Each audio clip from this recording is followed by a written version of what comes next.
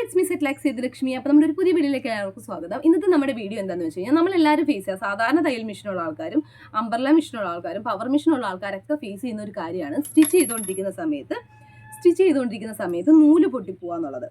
അപ്പോൾ ഈ നൂല് പൊട്ടിപ്പോകുന്നതിൻ്റെ റീസൺ എന്താണ്, അതിൻ്റെ ഒരു വീഡിയോ ചെയ്യാവോ എന്നൊക്കെ ഉള്ള റിക്വസ്റ്റ് നമ്മൾ ഇതിന് മുമ്പ് ഒരു വീഡിയോ അപ്ലോഡ് ചെയ്തിട്ടുണ്ടായിരുന്നു. നമ്മുടെ മെഷീനകത്ത് എങ്ങനെയാണ് സൗണ്ട് വരുന്നത്, എന്തൊക്കെ കാരണങ്ങൾ കൊണ്ടാണ് സൗണ്ട് വരുന്നത്, അതെങ്ങനെ പരിഹരിക്കുക എന്നുള്ളതിൻ്റെ ഒരു ടിപ്പായിട്ടാണ് ഞാൻ അപ്ലോഡ് ചെയ്തിരിക്കുന്നത്. 3 വീഡിയോ അപ്ലോഡ് ചെയ്തിട്ടുണ്ട്. അപ്പോൾ അത് കാണാത്ത ആൾക്കാരൊന്ന് കാണണേ, നിങ്ങൾക്ക് ഉപകാരമുള്ള വീഡിയോ ആണെന്നുണ്ടെങ്കിൽ ഒന്ന് കാണണം. അപ്പോൾ ആ സമയത്ത് നമുക്ക് ആ വീഡിയോയിൽ കമൻറ്റുകൾ വന്നിട്ടുണ്ടായിരുന്നതാണ് ഈ നൂല് പൊട്ടുന്നതിനെ കുറിച്ച് ഒരു വീഡിയോ ചെയ്യാവോ എന്നുള്ള രീതിയിൽ ഒരു റിക്വസ്റ്റ് വന്നിട്ടുണ്ടായിരുന്നു. അപ്പോൾ അതുകൊണ്ടാണ് ഞാൻ ഇന്നത്തെ ഈ വീഡിയോ ഇത് തന്നെ ആക്കിയത്. അപ്പോൾ നമ്മളെല്ലാവരും ഫേസ് ചെയ്യുന്ന ഒരു കാര്യമാണ് ഈ നൂല് പൊട്ടുന്നത്. അപ്പോൾ ടെൻഷൻ സെറ്റും കാര്യങ്ങളൊക്കെ അഡ്ജസ്റ്റ് ചെയ്തിട്ട് നൂല് പൊട്ടി പോകാന്നുണ്ടെങ്കിൽ അതിന് മെയിനായിട്ടുള്ള ഒരു കാരണമാണുള്ളത്. അപ്പോൾ അതെന്താണെന്ന് നമുക്കൊന്ന് നോക്കിയാലോ. നമ്മൾ നല്ല കട്ടിയുള്ള മടക്കി 2-3 മടക്കായിട്ട് ചില ക്ലോത്തുകൾ സ്റ്റിച്ച് ചെയ്യാറുണ്ട്. പിന്നെ നല്ല കട്ടിയുള്ള മെറ്റീരിയൽ, അതായത് ഡെനീമിൻ്റെ ജീൻസിൻ്റെ മെറ്റീരിയൽ ഇല്ലേ, ഈ മെറ്റീരിയലൊക്കെ നമ്മൾ മടക്കി വെച്ച് നമ്മുടെ ഈ ഒരു പോർഷനിൽ സ്റ്റിച്ച് ചെയ്യുന്ന സമയത്ത് നമ്മുടെ നീഡിൽ പൊട്ടാറുണ്ട്. നീഡിൽ പൊട്ടുക, അതേപോലെ തന്നെ നീഡിൽ ഇങ്ങനെ സൈഡിൽ വന്ന്, അതായത് ക്ലോത്തിനകത്ത് ഇറങ്ങുന്ന സമയത്ത് വളഞ്ഞ് വന്നിട്ട് സൈഡിലൊക്കെ ചിലപ്പോൾ തട്ടാറൊക്കെ ഉണ്ട്.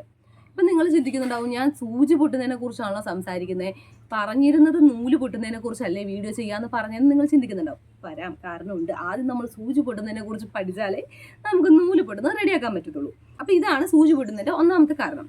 പിന്നെ നമ്മൾ ക്ലോത്ത് ഇങ്ങനെ സ്റ്റിച്ച് ചെയ്യുന്ന സമയത്ത് ചില മെഷീനിൽ, അതായത് നമ്മുടെ വേറെ കാരണങ്ങൾ കൊണ്ടാവാം ചിലപ്പോൾ ക്ലോത്ത് നീങ്ങാത്തത്. അങ്ങനെ ക്ലോത്ത് നീങ്ങാതെ വരുന്ന സമയത്ത് നമ്മളിങ്ങനെ വലിച്ച് നീക്കി കൊടുത്തിട്ട് സ്റ്റിച്ച് ചെയ്യാറുണ്ട്. അതുമല്ലാതെ നമുക്ക് സ്പീഡ് പോരാൻ തോന്നുമ്പോൾ, എത്ര തയ്ച്ചിട്ട് നീങ്ങുന്നില്ല എന്ന് തോന്നുമ്പോഴും നമ്മൾ ഇതേപോലെ ഈ ഒരു ഭാഗത്ത് ക്ലോത്ത് പിടിച്ച് വലിച്ചിട്ട് ഇങ്ങനെ നീക്കി കൊടുത്ത് സ്റ്റിച്ച് ചെയ്യാറുണ്ട്.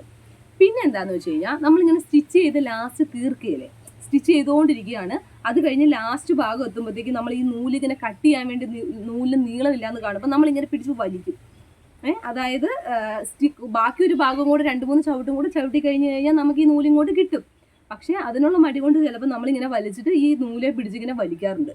ഇങ്ങനെ വലിക്കുന്ന സമയത്തൊക്കെ നമ്മുടെ ഈ സൂചി വന്നിട്ട് ഈ നീഡിൽ പ്ലേറ്റ് ഉണ്ടല്ലോ, ഈ പ്ലേറ്റിൻ്റെ സൈഡിൽ വന്ന് തട്ടിയിട്ട് ചിലപ്പോൾ നീഡിൽ പൊട്ടാറുണ്ട്.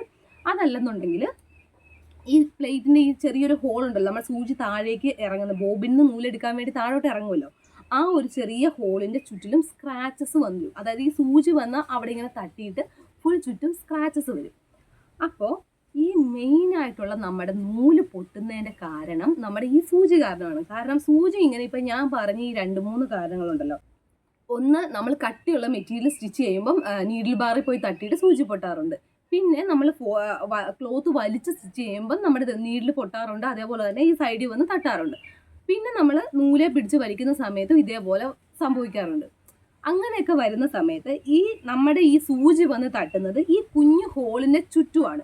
അപ്പോൾ ഈ കുഞ്ഞു ഹോളിന് ചുറ്റും എന്താ സംഭവിക്കുന്നത് എന്നുള്ളത് നമുക്ക് നോക്കിയാലോ. അപ്പോൾ ഇതാണ് ഞാൻ പറഞ്ഞ ആ പ്ലേറ്റ്, ഇതാണ് നമ്മുടെ സൂചി ഇറങ്ങുന്ന ആ ഹോള്. ഞാൻ പ്രഷർ ഫൂട്ട് മുകളിലോട്ട് ഇങ്ങനെ ഒന്ന് ഉയർത്തി വെക്കാം കേട്ടോ. പ്രഷർ ഫോട്ട് ഞാൻ മുകളിലോട്ട് ഉയർത്തിയിട്ടുണ്ട്. ഇനി നമുക്ക് എന്താണെന്ന് വെച്ച് കഴിഞ്ഞാൽ, നമുക്കിതൊന്ന് അഴിച്ചിട്ട് ഈ നീഡിൽ പ്ലേറ്റിൻ്റെ ഈ ഹോളിന് എന്താ സംഭവിച്ചിരിക്കുന്നതെന്ന് നോക്കാം. അതിനുവേണ്ടി നമ്മൾ ഈ 2 സ്ക്രൂ ആണ് കേട്ടോ അഴിക്കേണ്ടത്. ഞാനിവിടെ ഇതേപോലെ നല്ല നീളമുള്ള ഒരു സ്ക്രൂ ഡ്രൈവർ എടുത്തിട്ടുണ്ട്. അതിനുശേഷം ഈ ഒരു പ്ലേറ്റിൻ്റെ ഈ 2 സൈഡിലും വന്നിരിക്കുന്ന ഈ സ്ക്രൂ ആണ് അഴിച്ചിരിക്കുന്നത്. ഈ നീളമുള്ള സ്ക്രൂ ഡ്രൈവർ എടുക്കുന്നതാണ് എപ്പോഴും നല്ലത്. കാരണം മുകളിലോട്ട് ഉയർന്ന് നിൽക്കുന്നതുകൊണ്ട് നമ്മുടെ കൈ എവിടെയും തട്ടത്തില്ല. അപ്പോൾ നമുക്കിത് ഈസി ആയിട്ട് ഇതേപോലെ അഴിച്ചെടുക്കാം. സ്ക്രൂ സേഫായിട്ട് എടുത്ത് സൈഡിൽ മാറ്റി വെക്കണേ, മിസ്സായി പോവാതിരിക്കാൻ നോക്കണം. പിന്നെ അടുത്തത് ഈ ഒരു സ്ക്രൂവും കൂടെ നമ്മൾ ഇതേപോലെ തന്നെ അഴിച്ചെടുക്കുക കേട്ടോ. ഇങ്ങനെ നമ്മൾ 2 സ്ക്രൂ അഴിച്ചെടുത്ത് പ്രഷർ ഫൂട്ട് മുകളിലോട്ട് ഉയർത്തിയാണ് വെച്ചേക്കുന്നത്. ഇനി നമുക്ക് ഈ പ്ലേറ്റ് എടുത്തിട്ട് ഈ പ്ലേറ്റിന് എന്താ സംഭവിച്ചിരിക്കുന്നത് നമുക്ക് നോക്കിയാലോ. 2 സ്ക്രൂ ഇവിടെ നമ്മൾ അഴിച്ച് മാറ്റി വെച്ചിട്ടുണ്ട് കേട്ടോ. ഇനി നമുക്ക് ഈ പ്ലേറ്റ് എടുത്ത് നോക്കണം. സ്ക്രൂ ഓൾറെഡി അഴിച്ചു മാറ്റി. ഇനി നമുക്ക് പ്ലേറ്റ് എടുത്ത് നോക്കാം. ഞാൻ ഓൾറെഡി കഥ പറഞ്ഞത് മുഴുവൻ, അതായത് നമ്മൾ വീഡിയോ ചെയ്യാമെന്ന് പറഞ്ഞത് ത്രെഡ് പൊട്ടുന്നതിനെ കുറിച്ചായിരുന്നു, പക്ഷേ കഥ പറഞ്ഞത് മുഴുവൻ നീഡിൽ പൊട്ടുന്നതിനെ കുറിച്ചായിരുന്നു. അതിന് കാരണം എന്താണെന്ന് വെച്ച് കഴിഞ്ഞാൽ, ഈ നീഡിൽ പൊട്ടിയിട്ട് ഇത് കണ്ടോ, ഇതിനകത്ത് ഈ ഹോള്, നമ്മുടെ ഈ പ്രഷർ ഫൂഡിൻ്റെ സെൻറ്ററിൽ വരുന്ന ഈ സൂചി ഇറങ്ങുന്ന ഹോള് നിങ്ങൾ നോക്കിയാൽ അറിയാം. കണ്ടോ, 2-3 കുത്തുകളും സ്ക്രാച്ചസും പൊട്ടലും എല്ലാം ഉണ്ട്. ഇങ്ങനെ വരുന്ന സമയത്ത് ഇത് വരാനുള്ള കാരണമാണ് ഞാനിപ്പോൾ പറഞ്ഞ കട്ടിയുള്ള മെറ്റീരിയൽ സ്റ്റിച്ച് ചെയ്യുമ്പോഴും ഒക്കെ വരുന്നത്. ഈ നീഡിൽ വന്നിട്ട് ഒന്നെങ്കിൽ വളഞ്ഞ് വന്ന് ഇവിടെ കുത്താറുണ്ട്, ഇല്ലെങ്കിൽ ഇവിടെ കുത്തിയിട്ടാണ് പൊട്ടാറുള്ളത്. ഇങ്ങനെ പൊട്ടുന്ന സമയത്ത് ഇതേപോലെ സ്ക്രാച്ചസും ഇതേപോലെ നമ്മുടെ ഈ ഹോളിന് ചുറ്റും പൊട്ടലും ഒക്കെ വരാറുണ്ട്.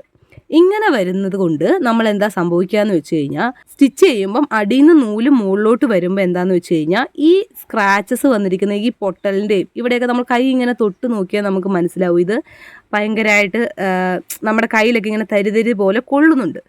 അപ്പം എല്ലാവരുടെയും ഒരുപോലെ ആവണമെന്നില്ല. പുതിയ മെഷീനൊക്കെ ആണെന്നുണ്ടെങ്കിലും പുതിയതായിട്ട് മാറ്റിയിട്ടൊക്കെ ഉണ്ടെന്നുണ്ടെങ്കിൽ ഇങ്ങനെ വരാനുള്ള ചാൻസ് ഇല്ല. പക്ഷേ എന്നാൽ സൂചികൾ ഇങ്ങനെ പൊട്ടുന്നുണ്ടെങ്കിൽ മെയിനായിട്ട് ഇവിടെ തട്ടിയിട്ടായിരിക്കും സൂചി പൊട്ടുക. അപ്പോൾ ഇങ്ങനെ സ്ക്രാച്ചസ് നമ്മുടെ കയ്യിൽ ഇങ്ങനെ തരിതരി പോലെ നമുക്ക് അറിയാൻ പറ്റും. ഇതുപോലെ തന്നെയാണ് അടിയത്തെ ബോബിൻ എന്നുള്ള നൂല് മുകളിലോട്ട് വരുന്ന സമയത്ത് ഈ സ്ക്രാച്ചസിലും ഈ പൊട്ടലിൻ്റെ ഈ ഗ്യാപ്പിലും ഇവിടെയൊക്കെ തട്ടുമ്പം നമ്മുടെ നൂല് പൊട്ടിപ്പോവും. ഇങ്ങനെയാണ് ഒരിച്ചിരി സ്പീഡ് കൂടുമ്പോഴത്തേക്കും തന്നെ നമ്മുടെ സൂചി ഇങ്ങനെ ഇറങ്ങി വരുമ്പോഴത്തേക്കും ഇവിടെയൊക്കെ തട്ടുമ്പോഴത്തേക്കും പെട്ടെന്ന് നമ്മുടെ ത്രെഡ് പൊട്ടാനുള്ള ചാൻസ് ഉണ്ട്. ഇങ്ങനെയാണ് നമ്മുടെ ടെൻഷൻ സെറ്റ് അഡ്ജസ്റ്റ് ചെയ്തിട്ടും ടൈറ്റ് അല്ലാണ്ട് ലൂസായി സാധാരണ പോലെയാണെന്നുണ്ടെങ്കിൽ പോലും നമ്മുടെ ത്രെഡ് പൊട്ടാനുള്ള മെയിനായിട്ടുള്ള ഒരു കാരണം എന്ന് പറഞ്ഞാൽ ഇതാണ്. അപ്പം ഇങ്ങനെ നിങ്ങളുടെ മെഷീനകത്ത് നിങ്ങൾ ഇതേപോലെ തന്നെ പ്ലേറ്റ് അഴിച്ചൊന്ന് മാറ്റി നോക്കുക. എന്നിട്ട് ഇതേപോലെ സ്ക്രാച്ചസ് ഉണ്ടെങ്കിൽ ഇതേപോലെ നിങ്ങളൊന്ന് ചെക്ക് ചെയ്യുക. ഇനി നമ്മളിതിനെ എങ്ങനെ പരിഹരിക്കുന്നതെന്ന് വെച്ച് കഴിഞ്ഞാൽ, ഈ നീഡിൽ ബാർ നമുക്ക് മേടിക്കാൻ കിട്ടും. ഇതിന് കറക്റ്റ് എത്ര റേറ്റ് വരുന്നതെന്നുള്ളത് എനിക്കറിയില്ല. ഞാനിപ്പോൾ എന്തായാലും ചേഞ്ച് ചെയ്യുന്നില്ല. കാരണം എന്താണെന്ന് വെച്ച് കഴിഞ്ഞാൽ, ഞാൻ ഇതിനകത്ത് സ്റ്റിച്ച് ചെയ്യുന്നത് കുറവാണ്. കൂടുതലും പവർ മെഷീനിലാണ് സ്റ്റിച്ച് ചെയ്യുന്നത്. അപ്പം അത്യാവശ്യമായിട്ട് എനിക്കിത് ചേഞ്ച് ചെയ്യേണ്ട ആവശ്യമില്ല. പക്ഷേ ഇതെനിക്ക് ചേഞ്ച് ചെയ്യാറായിട്ടുണ്ട്. എൻ്റെ അത് നല്ല പോലെ ഇത് കണ്ടോ, ഈ സൈഡിൽ കണ്ടോ, ഈ സൈഡിൽ നല്ല പോലെ പൊട്ടിപ്പോയിട്ടുണ്ട് പീസ്. അതേപോലെ സ്ക്രാച്ചസ് വന്നിട്ടുണ്ട്. അപ്പം നിങ്ങൾ എന്തായാലും ഒന്ന് ചെക്ക് ചെയ്ത് ഇതേപോലെ സ്ക്രാച്ചസ് ഉണ്ടെന്നുണ്ടെങ്കിൽ, അതായത് മെഷീൻ എപ്പോഴും ഉപയോഗിക്കുന്നവരാണെന്നുണ്ടെങ്കിൽ പ്രത്യേകിച്ച് ഇതേപോലെ സ്ക്രാച്ചസ് ഒക്കെ വന്നിട്ടുണ്ടെങ്കിൽ നിങ്ങളത് എന്തായാലും ഒന്ന് ചേഞ്ച് ചെയ്യണം കേട്ടോ. അപ്പോൾ എൻ്റെ നീഡിൽ ബാർ എങ്ങനെയാണെന്നുള്ളത് നിങ്ങൾ കണ്ടില്ലേ. അപ്പം ഞാൻ ഇത്രയും നേരം ഈ നീഡിൽ പൊട്ടുന്നതിൻ്റെ കഥ പറയാനുള്ള കാരണം ഇതാണ്.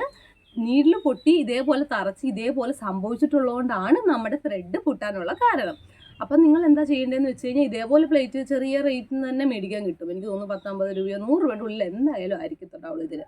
ഞാൻ മേടിച്ചിട്ടില്ല, അതുകൊണ്ട് എനിക്ക് റേറ്റ് കറക്റ്റായിട്ട് അറിയത്തില്ല. അപ്പോൾ സാധാരണ മെഷീൻ്റെ പാർട്സൊക്കെ മേടിക്കാൻ പോകുന്ന കടകളിലൊക്കെ മിക്കവാറും കിട്ടുന്ന ഒരു സാധനമാണിത്. അപ്പോൾ ഇത് മേടിച്ച് ഈ നീഡിൽ പ്ലേറ്റ് ഒന്ന് മാറിയാൽ തന്നെ നമ്മുടെ ഇപ്പോൾ ഉള്ള ഈ ത്രെഡ് പൊട്ടുന്ന പ്രശ്നം പരിഹരിക്കാൻ പറ്റും. അപ്പോൾ നിങ്ങൾ എന്തായാലും ഒന്ന് ട്രൈ ചെയ്ത് നോക്കണം കേട്ടോ. നിങ്ങൾക്ക് എന്നിട്ട് എല്ലാവരും ഒന്ന് കമൻറ്റ് ചെയ്യണം. അങ്ങനെ മാറ്റിയിട്ട് ത്രെഡ് പൊട്ടുന്നത് നിന്നിട്ടുണ്ടെന്നുണ്ടെങ്കിൽ ഒന്ന് കമൻറ്റ് ചെയ്യണം. അപ്പോൾ എന്തെങ്കിലും ഡൗട്ട് കാര്യങ്ങൾ നമ്മൾ സാധാരണ സ്റ്റിച്ചിങ്ങിനെ കുറിച്ചും സൂയിങ് മെഷീനെ കുറിച്ചും നോർമൽ മെഷീനെ കുറിച്ചും പവർ മെഷീനെ കുറിച്ചൊക്കെ എന്തെങ്കിലുമൊക്കെ ഡൗട്ട് ഉണ്ടെന്നുണ്ടെങ്കിൽ നിങ്ങൾ നമ്മുടെ ഈ വീഡിയോയിൽ കമൻറ്റ് ചെയ്താൽ മതി. അങ്ങനെയാണെന്നുണ്ടെങ്കിൽ ഞാൻ ചെറിയ കമൻസിലൊക്കെ ആണെന്നുണ്ടെങ്കിൽ അപ്പം തന്നെ റിപ്ലൈ തരാം. ഇല്ലെന്നുണ്ടെങ്കിൽ ഇതേപോലെ ഒരു വീഡിയോ ആയിട്ടുള്ള രീതിയിൽ ഞാൻ അപ്ലോഡ് ചെയ്യാം കേട്ടോ.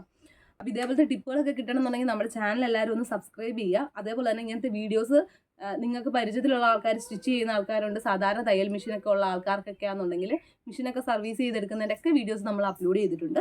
അങ്ങനത്തെ വീഡിയോസൊക്കെ നിങ്ങൾ എന്താ ചെയ്യേണ്ടതെന്ന് വെച്ച് കഴിഞ്ഞാൽ, നമ്മുടെ ചാനലൊന്ന് അവർക്കൊക്കെ ഒന്ന് ഷെയർ ചെയ്ത് കൊടുക്കുക. എന്തെങ്കിലും ഡൗട്ടും കാര്യങ്ങളൊക്കെ ഉണ്ടെന്നുണ്ടെങ്കിൽ കമൻറ്റ് ചെയ്യുക. അപ്പോൾ ഈ വീഡിയോ നിങ്ങൾക്ക് എന്തായാലും ഉപകാരപ്രദമാണെന്നുണ്ടെങ്കിൽ എന്തായാലും ഒന്ന് ലൈക്ക് ചെയ്യണേ.